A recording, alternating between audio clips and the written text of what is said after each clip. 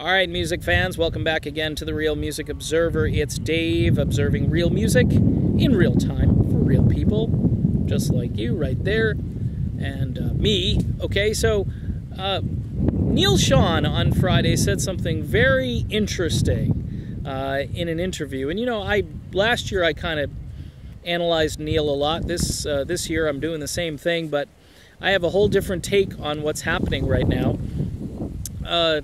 Neal was more or less asked, hey, so how did you resolve your differences with John Cain? And Neal said, well, we just don't talk. We're just going to go out there and tour. And we're going to just do our best for the fans.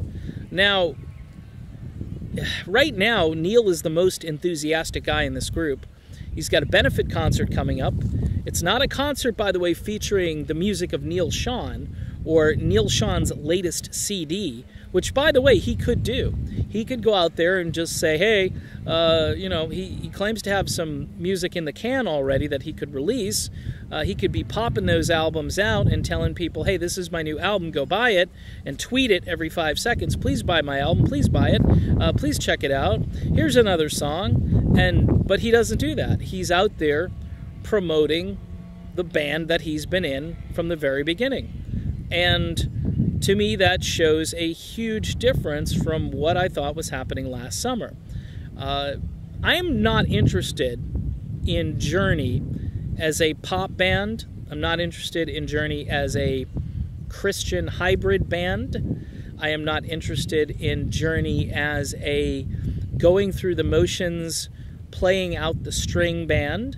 I'm very interested, though, in Journey giving their best effort, playing the music that got them on the map, and that means maybe going back a few years. That's why I'm really pumped up about the benefit concert that Neal Schon is doing on February 9th, along with Greg Raleigh, Dean Castronovo, Marco Mendoza, and John Varn. It's going to be a great night of music.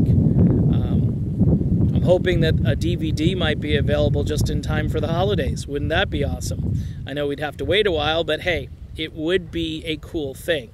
Now, getting back to this idea that there's only one guy who's really engaged in this entire promotions thing. Look, Irv Azoff, for better or worse, is a guy who pretty much owns everything. And I think Neal is out there on good faith doing what he's got to do. But he's also probably really pumped up about getting out there and performing live again. Now, I don't see anybody else with any kind of social media presence. And yes, I'm talking to you, John. John Cain, other than on Friday, basically put up something on Twitter saying, oh, our tour was announced. Have a great day. And then back to the other stuff that he talks about.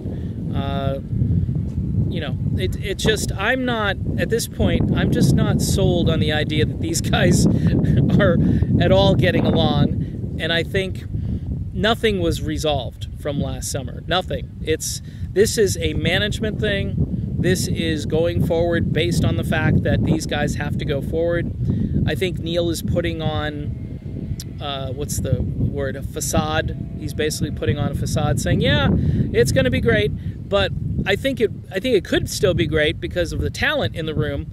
The problem is, it's just sad because the fans know it. The fans sense that something is up with Journey. That, hey, this guy who founded the band, he can't just carry this banner on his own. Now, for those of you who've watched me for a long time, you're probably saying, you have changed 180 degrees. This isn't the same Dave from last summer. This isn't the Dave that got onto CNN, you know, bashing and smashing his way through and talking about Neal Schon. No, because, of course, as time goes on, you learn new information and your perspective changes. I've never been locked into one opinion about any situation. Things are fluid and they can change at any moment. It doesn't take a brain surgeon or a rocket scientist to look at this situation in Journey right now and not come to the conclusion that, uh-oh, Batman, there's something up. And it's just bizarre to me that there's this rift, and yet there's going to be a concert tour. All I can say is thank goodness for Joe Elliott and Def Leppard, because it seems as though Joe has struck up a friendship with Neil, and they're fast friends, and I think in a way Def Leppard is going to be a nice cushion, a nice buffer for whatever happens on stage. Hopefully these guys just give 100% and leave the fans happy.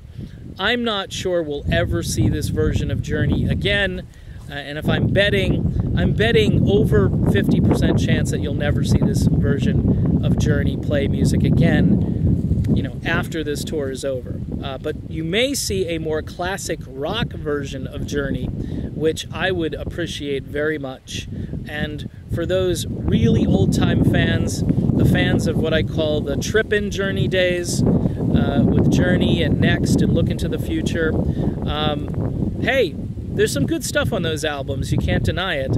It's a different style of music, but that kind of music also requires really good musicianship, and you know, it would be a nice little departure from the usual Don't Stop Believin' and Faithfully and Open Arms. I mean, those are great songs, and everybody's going to hear those, but it would be cool to kind of go off on a little tangent, hear some other stuff. So that's my perspective on this. It's weird, it's bizarre. I'm really trying to wrap my brain around this, because I've never...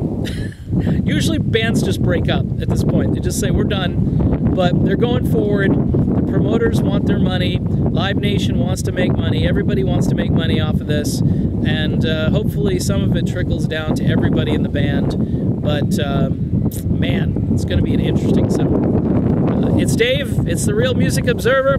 Check out the dirty water behind me. It's like the Standells. Talk to you later.